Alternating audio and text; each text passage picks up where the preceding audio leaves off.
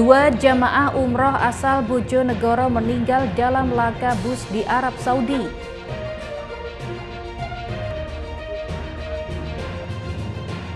Jelang Lebaran, produsen jajanan Lebaran di Tuban kebanjiran pesanan.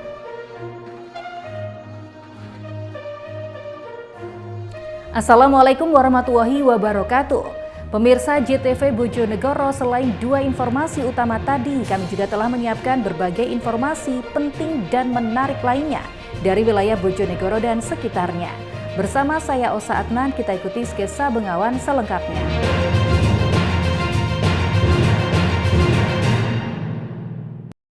Pemirsa, kita awali informasi yang pertama.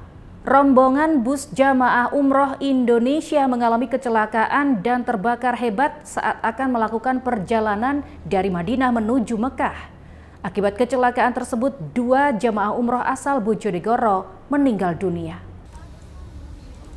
Bus rombongan jamaah umroh Indonesia mengalami kecelakaan di Arab Saudi pada hari Kamis siang 20 Maret 2025 pukul 13.30 waktu setempat. Kobaran api yang membesar langsung melahap bus yang ditumpangi jamaah umroh. Sementara jamaah umroh yang selamat dan luka-luka menunggu di tepi jalan bergurun untuk menunggu bantuan.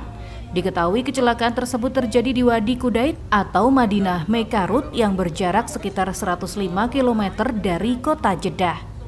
Akibat kecelakaan tersebut sebanyak 20 orang jamaah menjadi korban. 6 orang meninggal dunia, sementara sisanya mengalami luka-luka. Dari 6 orang yang meninggal, 2 diantaranya merupakan warga Kabupaten Bojonegoro.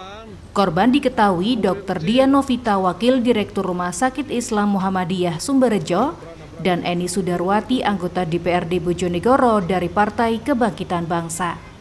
Suasana duka menyelimuti kediaman di rumah Eni Sudarwati yang ada di Desa Sobontoro, Kecamatan Balen.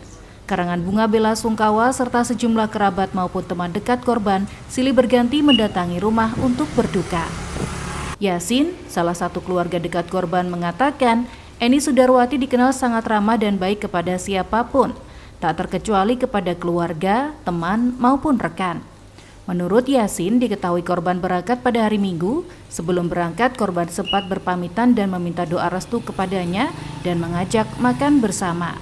Namun pada saat adanya kabar korban mengalami kecelakaan, membuat dirinya maupun rekannya teramat merasa kehilangan. Ya, kurang lebih 1 minggu yang lalu ya, 6 atau 7 hari seminggu yang lalu lah, semacam itu. Ketika beliaunya mau berangkat, malam sebelumnya kami juga dengan beliaunya minta doa restu agar diberi keselamatan dalam menjalankan umroh dikarengi sehat, sehingga bisa menjalankan rukun wajib sunatnya umroh sehingga menjadi umroh yang mabrurah itu pada saat menjelang keberangkatan. Waktu itu kami juga tidak sendiri, bersama teman-teman, ada yang dari wilayah Kapas, ada yang dari wilayah Kecamatan Balen yang ngumpul ketika malam itu sebelum berangkat. Bahkan juga makan mie, makan bakso, teh dan sebagainya itu bareng-bareng dan minta doa semuanya pada kesempatan itu. Malah bilang beliau begini, kan memanggil saya dengan bahasa akrabnya kan Bapaknya aku hari raya masih di sana, sehingga berangkat sampai sekitar 17 hari terus kalian saya ambil cuti, kan beliaunya bilang semacam itu, sehingga ya kami semuanya mendoakan agar keselamatan dan mabrurah pada saat Edo Jody Aldian, JTV Bojonegoro. Sementara itu, Dinas Perdagangan, Perindustrian dan Tenaga Kerja DPPTK Ngawi melalui bagian metrologi terus mengintensifkan pelaksanaan pengawasan SPBU. Pengawasan dilakukan dengan melakukan uji tera seiring dengan meningkatnya jumlah konsumsi BBM menjelang Lebaran. Pelaksanaan pengawasan operasional stasiun pengisian bahan bakar umum SPBU dilakukan di SPBU Jalan Raya Ngawi, Bojonegoro, Desa Karangtengah Prandon, Kecamatan Kabupaten Ngawi. Petugas metrologi dari Dinas Perdagangan, Perindustrian dan Tenaga Kerja DPPTK melakukan pengecekan dengan melakukan tera ulang alat ukur dispenser SPBU. Di SPBU tersebut sedikitnya ada 3 mesin dispenser yang dilakukan uji tera, mulai Pertamax, Pertalite, dan Solar. Kepala UPT Metrologi Dinas Perdagangan, Perindustrian dan Tenaga Kerja DPPTK Ngawi, Anggara Pradika menjelaskan, uji tera pada SPBU sebagai upaya pemerintah dalam menjamin dan melindungi hak konsumen terutama dalam pembelian bahan bakar minyak atau BBM. Terlebih menjelang Lebaran, tingkat konsumsi BBM masyarakat semakin meningkat seiring meningkatnya mobilitas. Secara umum, hasil tera di SPBU tersebut untuk nilai toleransi masih dalam batas kewajaran. Menurutnya, hasil pengukuran dengan menggunakan bejana ukur 20 liter, nilai toleransi masih di sekitar 0,5% atau 50 mm per 100 mm. Cekan di SPBU 5463-16 arah Jalan Raya Ngawi, Bojonegoro Cepu. Kita pengawasan ke semua semua produk BBM seperti solar, pertalit. Pertama kita cek semua dan hasilnya masih diambang batas kesan diizinkan. Untuk idealnya berapa Pak ambang batas sendiri? Untuk aturan dari Direktorat Meteorologi, untuk aturannya itu 0,5% atau 5 per mil dari volume yang diuji. Volume yang diuji kita kan mengenai bejana ukur milik meteorologi itu 20 liter, jadi 5 per mil kali 20 liter atau 100 ml, jadi maksimal 100 ml. Nah, ini kita tadi cek masih semua di ambang batas kesan diizinkan. Ini sebagai salah satu upaya untuk menjamin keamanan konsumen gitu Bang ya, sesuai ukuran. Ya, ini menjamin karena kan mendekati hari Raya Idul Fitri, di mana konsumen bisa mendapatkan BBM sesuai takarannya. Dan ini tadi kita juga selain ngecek pengawasan takaran, juga kita cek segelnya juga masih baik, utuh, dan tidak ada alat tambahan. Biasanya kan ada alat tambahan untuk merubah ukuran, ini kita cek juga tidak ada alat tambahan. Sementara untuk jumlah SPBU di Kabupaten Ngawi tercatat ada sekitar 23 SPBU dan 15 SPBU Indomobile. Pelaksanaan uji tera wajib dilakukan bagi para pemilik usaha SPBU dan alat ukur atau timbangan yang digunakan sebagai sarana perdagangan atau jual beli. Itu Wahyu, JTV Ngawi. Pemirsa, menjelang Hari Raya Idul Fitri, sejumlah produsen jajanan khas Lebaran di Kabupaten Tuban kebanjiran pesanan. Mereka mampu menjual 100 kilo berbagai jenis jajan setiap harinya. Rasanya yang khas membuat jajanan tradisional itu banyak diburu sebagai camilan pengisi meja tamu untuk suguhan Lebaran. Rusmini, warga desa Bektiharjo, Kecamatan Semanding, Kabupaten Tuban, Jumat pagi nampak sibuk. Produsen cemilan tradisional untuk suguhan Lebaran ini harus bekerja ekstra menyelesaikan pesanan yang terus datang sejak awal Ramadan. Salah satunya adalah kemplang.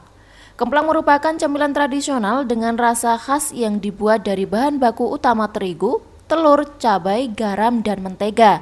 Sesuai namanya, seluruh bahan dicampur menjadi satu, lalu digiling hingga bumbu merata. Setelah itu, adonan dipotong tipis-tipis, lalu digoreng hingga renyah. Sejak memasuki bulan puasa, pesanan kemplang sudah mulai berdatangan. Dalam sehari, Rusmini mampu menjual hingga 100 kg berbagai jenis jajanan di beberapa toko jajanan Lebaran.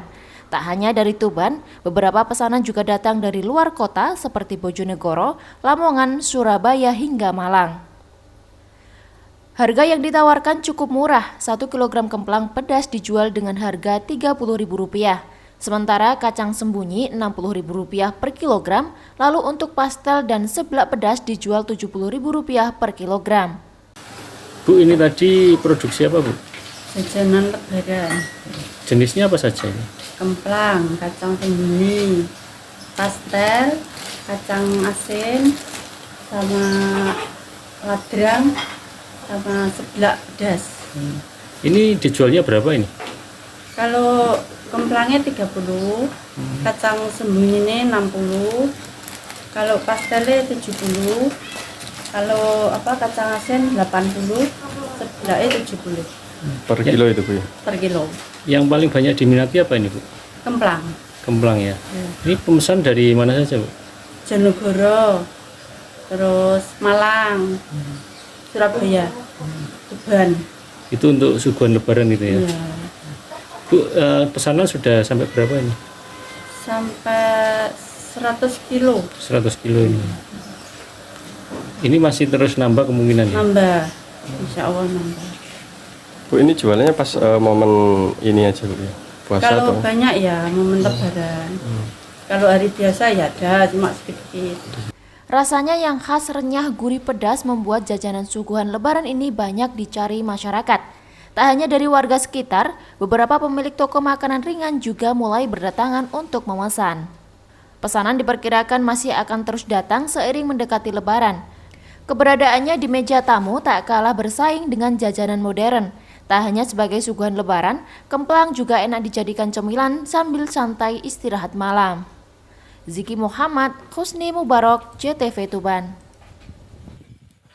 Pemirsa, jangan kemana-mana karena sesaat lagi kami akan segera kembali dengan informasi mengenai istri kerja di luar negeri. Seorang ayah di Ngawi tega cabuli anaknya.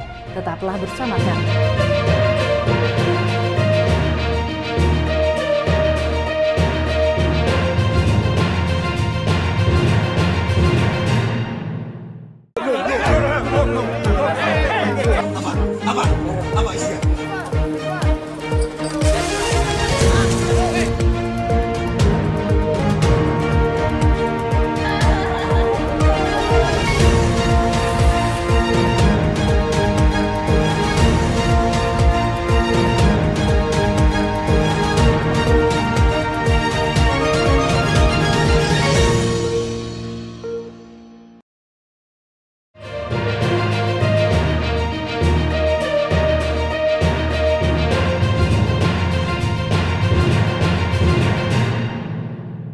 Terima kasih pemirsa Anda masih bersama kami.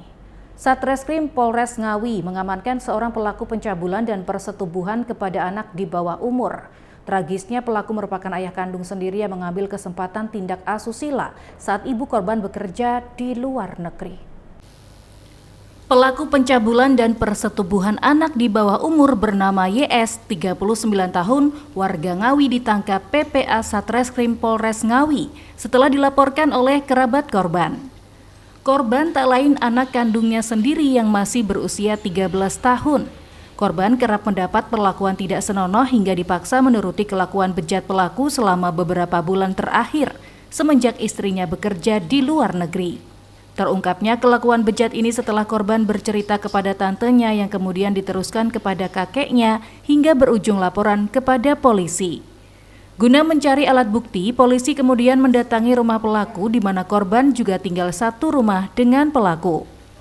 Kasat Reskrim Polres Ngawi AKP Joshua Peter Krisnawan menjelaskan perbuatan bejat pelaku tersebut dilakukan sejak bulan Agustus tahun 2024 hingga dilaporkan bulan Maret ini. Saat ini pelaku sudah ditahan di Polres Ngawi. Polres Ngawi telah berhasil mengungkap tindak pidana persetubuhan atau pencabulan terhadap anak di bawah umur yang mana korbannya masih berusia 13 tahun. Kita sudah mengamankan pelaku, kemudian memeriksa yang bersangkutan dan sudah kita tetapkan sebagai tersangka. Saat ini pelaku sudah kita tahan untuk beberapa hari ke depan. Hubungan keluarga korban dengan pelaku? Jadi hubungan keluarga dari antara pelaku dan korban itu, jadi pelaku merupakan ayah kandung dari korban. Ada unsur paksaan dan waktu melakukan atau ancaman gitu ya? Ya, jadi sampai saat ini kita masih melakukan pemeriksaan. Tentunya nanti setelah kita dalami akan kita sampaikan kembali dalam kesempatan press release. Itu dilakukan satu kali atau udah berapa kali? Sudah beberapa kali, jadi terhitung mulai bulan Agustus 2024 terjadi berkali-kali. Yang terakhir kemarin tanggal 13 Maret 2025. Awal terungkapnya seperti apa? Apakah korban melapor atau gimana? Ya, jadi yang bersangkutan bercerita kepada bule atau tantenya terhadap peristiwa yang dialaminya. Kemudian tantenya itu bercerita kepada kakek korban, yang mana kemudian kakek korban itu melaporkan kejadian tersebut ke Polres Ngawi. Atas perbuatannya, pelaku dijerat dengan pasal 81 ayat 2 atau pasal 80 ayat 1 Undang-Undang Perlindungan Anak dengan hukuman minimal 5 tahun dan maksimal 15 tahun penjara. Ito Wahyu, JTV Ngawi. Sementara itu, CEO Samator Group bersama dengan Bupati Bojonegoro Setiowahono melakukan tabur benih ikan sekaligus ekoenzim dalam rangkaian Safari Ramadan bertajuk Biru. Kegiatan tersebut merupakan langkah untuk memperkuat kolaborasi dan sinergi untuk mewujudkan ekonomi biru yang inklusif dan berkelanjutan. PT Samator Group bersama dengan pemerintah Kabupaten Bojonegoro memperkuat sinergi dan kolaborasi dalam acara Safari Ramadan bertajuk Biru di area Jembatan Sosrodilogo Kamis sore. Kegiatan ini dihadiri oleh CEO Samator Group Rahmat Harsono bersama jajaran direksi. Kemudian hadir pula Bupati Bojonegoro Setiowahono beserta TPPKK Bojonegoro Cantika Wahono bersama dengan sejumlah direktur RSUD. PT Samator Group bersama dengan pemerintah Kabupaten Bojonegoro perkuat kolaborasi dan sinergi dengan beberapa stakeholder untuk mewujudkan ekonomi biru yang inklusif dan berkelanjutan.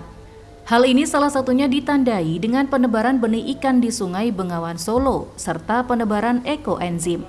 Hal tersebut bertujuan untuk membangun lingkungan lestari dan mengembangkan transisi energi terbarukan. CEO Samator Group Rahmat Harsono mengatakan, kegiatan ini merupakan salah satu bentuk menjaga ekosistem kawasan sumber mata air supaya tetap terjaga, pengelolaan sampah berbasis komunitas, dan pengembangan energi terbarukan akan terus berkelanjutan. Jadi rangkaian Safari Ramadan ini kita lakukan ada beberapa kota, salah satunya kemarin di Surabaya, hari ini di Bojonegoro, besok di Palembang. Jadi memang kita muter karena seperti tema kita biru bersama Insan Ramadan Ukhuwah itu kita ingin melakukan sambil sedekah sungai. Jadi kita melepas ekoenzim, lalu kita memberikan bibit ikan. Agar kenapa? Agar supaya karena kita melihat tuh air adalah sumber daripada semua kehidupan. Nah, kebetulan saya sangat berterima kasih ada Pak Bupati di sini yang sangat concern mengenai air. Jadi kalau kita lihat di Jawa Timur ini salah satunya yang concern mengenai air adalah dari Bojonegoro. Oleh karena itu kesempatan yang sangat baik ini beliau berkenan untuk menyambut Samator untuk melakukan sedekah sungai. Jadi ya kita terima kasih atas Pak Bupati. Sementara itu Bupati Bojonegoro Setiowahono menyampaikan dalam bidang pengelolaan air dan ekosistem dirinya berharap PT Samator akan selalu mensupport Pemkab untuk mendapatkan air yang berkualitas sehingga bisa membantu kesehatan masyarakat Bojonegoro. Setiowahono berpesan agar masyarakat untuk tetap peduli dan menjaga lingkungan, terutama hal kebersihan serta tata kelola air. Acara tersebut juga memberikan santunan kepada anak yatim piatu, kemudian akhir kegiatan dilaksanakan siraman rohani, serta buka puasa bersama. Alhamdulillah pada sore ini kami sedang di acara Ramadan yang diselenggarakan oleh Samator yang bertemakan Insan Ramadan Ukhuwah bersama Insan Ramadan Ukhuwah. Dan kebetulan Samator membawa kecuali ukhuwah, beliau juga Samator ada program konsisten di lingkungan yang seperti dalam visi misi kami terutama tentang air dan ekosistemnya. Di harapan ke depan Samator akan selalu support kami khususnya dalam ekoenzim memperbaiki air, termasuk tata kelola air, termasuk gimana caranya mendapatkan air yang berkualitas sehingga bisa membantu kesehatan masyarakat kami. Kami sangat bersyukur sekali dengan Samator memberikan edukasi budaya serta memperbaiki tata kelola pemikiran masyarakat kami yang selama ini cuek dengan masalah air. Padahal dunia sudah berpikir tentang gimana kedepannya tentang air yang kemungkinan akan menjadi krisis. Tapi Samator sudah memulai dan salah satunya di Bojonegoro. Terima kasih kepada Samator Group yang sudah memberikan kebiasaan atau budaya tentang gimana caranya mengelola air dengan tetap membangun ekosistem tentang air juga memperbaiki kualitas. Edo Jody Aldian, JTV Bojonegoro. Pemirsa, Ikatan Jurnalis Televisi Indonesia Korda Pantura menggelar ngaji jurnalistik di sebuah madrasah ibtidaiyah di Kabupaten Tuban.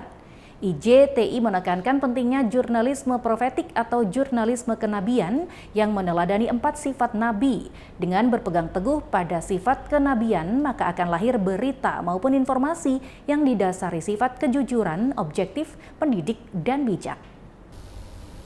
Ikatan Jurnalis Televisi Indonesia atau IJTI Korda Pantura Raya menggelar acara ngaji jurnalistik di Madrasah Ibtidaiyah MI Miftahul Huda di Desa Tunah, Kecamatan Semanding, Kabupaten Tuban, Kamis sore. Acara yang dikemas dengan buka bersama dan pembagian zakat fitrah ini dihadiri oleh seluruh siswa, pengurus yayasan, kepala sekolah, dewan guru, jajaran komite sekolah, serta ketua dan anggota IJTI setempat. Ketua IJTI Korda Pantura Raya, Husni Mubarok, menyampaikan apresiasi atas terselenggaranya kegiatan yang rutin digelar pihak sekolah bersama IJTI selama 4 tahun terakhir. Ia berharap sinergitas ini ke depan bisa terus berjalan dan ditingkatkan untuk menambah wawasan para siswa, khususnya tentang jurnalistik dan bermedia sosial. Dalam kesempatan ini, Ketua IJTI Pantura menegaskan penting jurnalisme profetik atau jurnalisme kenabian yang meneladani 4 sifat nabi, yakni sidik, amanah, tablik, dan fatonah. Dengan berpegang teguh pada sifat kenabian, maka akan lahir berita maupun informasi yang didasari sifat kejujuran, objektif, pendidik, dan bijak.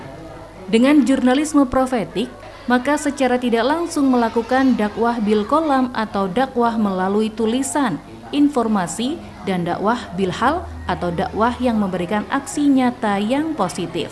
Sehingga informasi hoaks, informasi yang tidak jujur, dan mengadu domba, menyesatkan atau sejenisnya bisa diminimalisir dan ditangkal.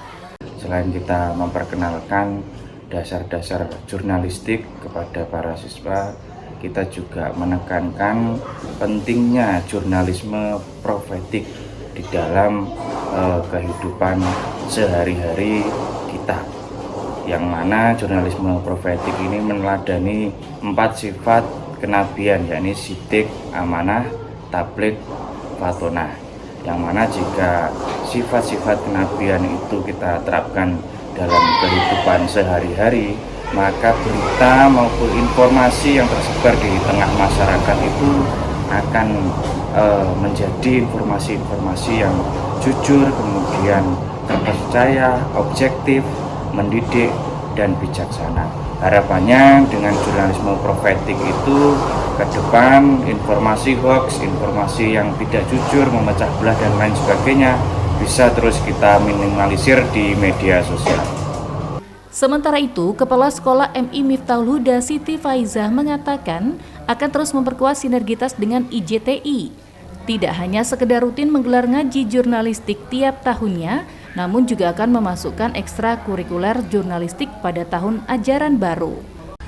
Kita akan membentuk sinergitas antara IJTI dengan Lembaga MI Miftahul Huda. Kami akan mengadakan kegiatan ekstrakurikuler di lembaga kami di tahun ajaran 2024-2025, yang mana akan menambah pengetahuan anak-anak terkait jurnalistik yang akan berpengaruh terhadap perkembangan dari MI Miftahul Huda, yaitu tentang kualitas dan kuantitas PPDB kami di tahun 2024-2025. Dan kami ucapkan terima kasih kepada IJTI karena telah bersedia kami undang dan bersedia kami adakan MOU di tahun yang akan datang untuk memberikan materi serta wawasan terkait jurnalistik kepada siswa-siswi kami.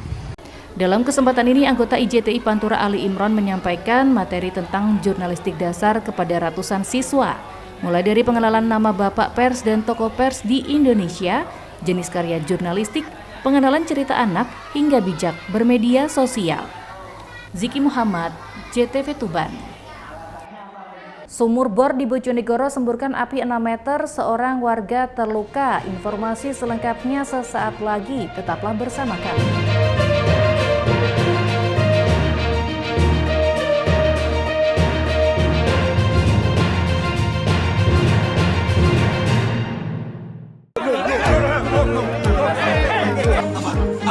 Apa isinya?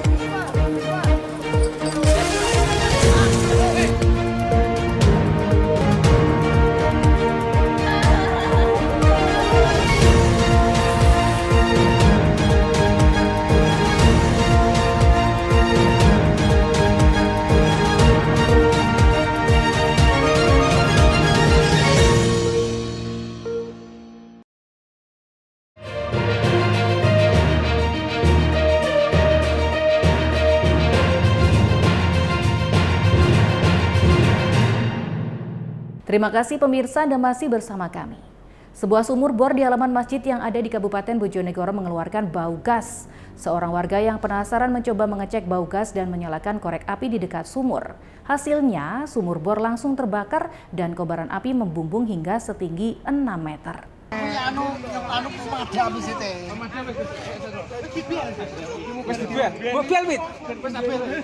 Kepanikan melanda warga Dusun Sidomulyo, Desa Klepek, Kecamatan Sukosewu, Kabupaten Bojonegoro, Rabu malam.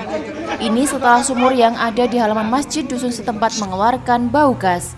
Seorang warga yang penasaran mencoba mengecek bau gas dan menyalakan korek api di dekat sumur. Hasilnya, sumur bor langsung terbakar dan kobaran api membumbung hingga setinggi 6 meter. Warga yang kesulitan memadamkan kobaran api tersebut melaporkan kepada perangkat desa dan petugas pemadam kebakaran Kabupaten Bojonegoro.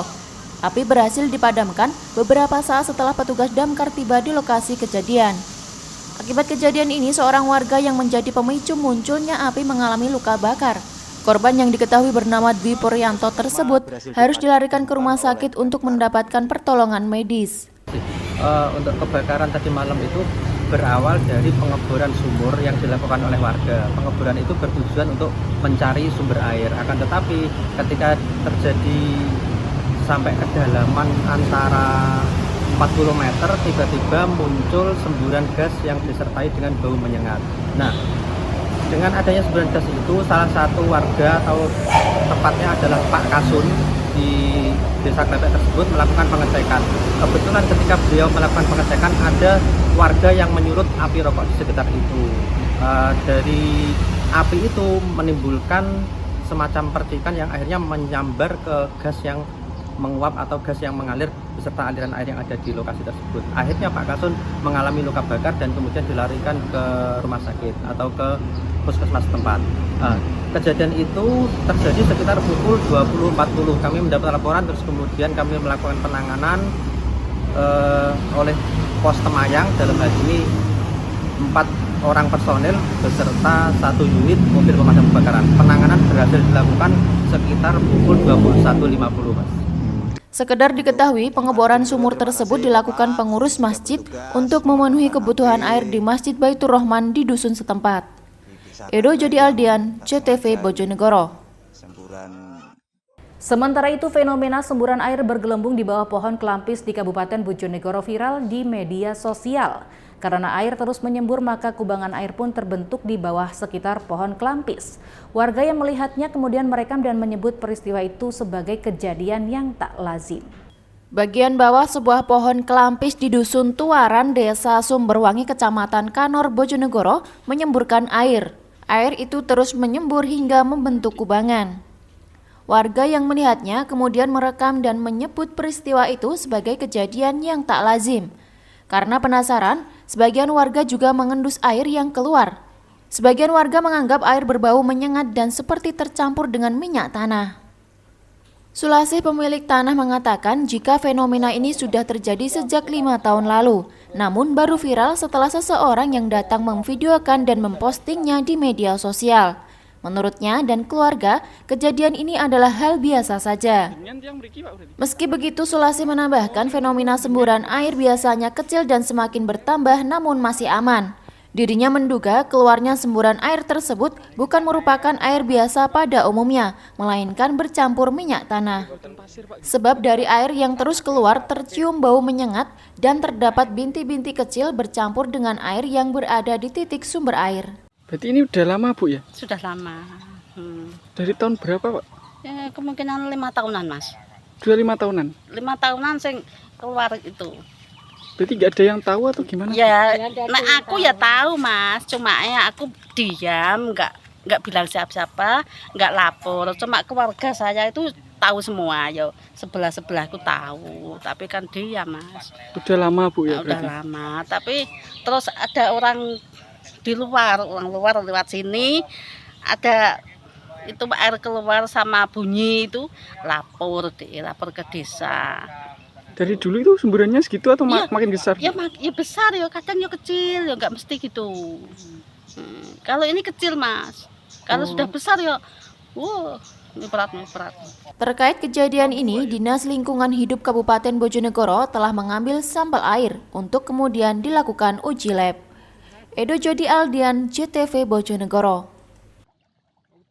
Pemirsa, seorang pemuda di Kabupaten Tuban harus berurusan dengan polisi lantaran membawa pulang handphone yang ia temukan di jalan.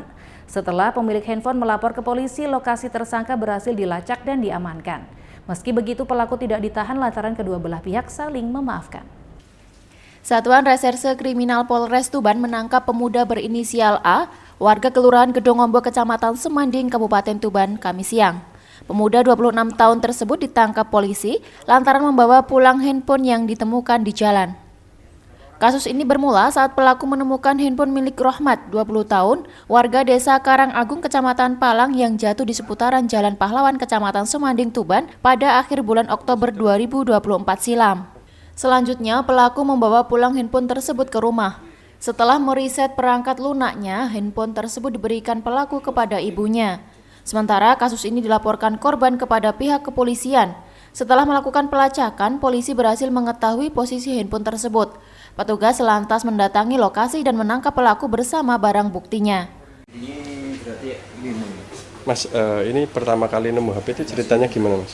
Nemu HP di sekitar Jalan Pahlawan, depan Gang Prabuan. Itu nemunya di jalan? Di jalan. Terus pas jatuh gitu ya? Jatuh. Itu dalam keadaan HP itu nyala dan terkunci, layar belakangnya pecah. Itu terus pas lewat sendiri apa sama teman-teman? Sendiri. Pas sendirian, terus akhirnya dibawa itu? Akhirnya dibawa ke rumah, diamankan ke rumah. Di restart? Nggak langsung di restart, selang 2 minggu HP itu mati, terus habis setelah 2 minggu itu baru di restart. Itu akhirnya sempat digunakan. Setelah dilakukan mediasi oleh pihak kepolisian, korban sepakat berdamai dan memaafkan pelaku. Sementara handphone yang ditemukan pelaku juga dikembalikan kepada korban. HP hilang, kemudian laporan ke Polres Tuban. Laporan ke Polres Tuban hilangnya karena jatuh atau lupa, waktu itu belum diketahui ya Mas Ahmad ya. Kemudian kita mengamankan satu orang atas inisial A, kan? Kita amankan, kita interogasi, murni dia menemukan. Nah, apapun itu ya, karena hanya menemukan itu tetap ada unsur pidananya. Tapi karena kedua belah pihak saling memaafkan, yang saling memaafkan adalah si korban memaafkan, banyak pertimbangan keluarga, akhirnya memaafkan. Kemudian ini sore ini kita kembalikan HP-nya, kita mediasi, mau. Dan waktu menemukan sempat mencoba menghubungi yang kehilangan HP enggak? Dan CD sudah dipakai berapa lama? Ini waktu menemukan langsung di restart ya? Langsung di restart, langsung menemukan malam itu juga ya? Tanggal 24 Oktober laporannya. Di mana Dan? Di Jalan Pahlawan, Seleko. Jalan Pahlawan depan Prabuan. Gang Prabuan. Sempat digunakan berapa hari? Sempat digunakan kurang lebih 4 bulan. Kejadian ini bisa menjadi pelajaran bagi kita bersama agar tidak sembarang membawa pulang barang yang bukan milik kita. Karena membawa dengan tujuan memiliki barang yang ditemukan di tempat umum dapat dikenakan pasal pencurian atau penggelapan. Ziki Muhammad, Husni Mubarak, JTV Tuban. Pemirsa, berikut tadi informasi terakhir di Sketsa Bengawan edisi hari ini. Jangan lupa follow media sosial kami di alamat di bawah ini dan juga kirimkan kritik saran Anda ke alamat email jtvbojonegoro@jtv.co.id. Saya Osa Adnan beserta seluruh kerabat kerja yang bertugas mohon undur diri dari hadapan Anda. Terima kasih atas kebersamaannya. Wassalamualaikum dan sampai jumpa.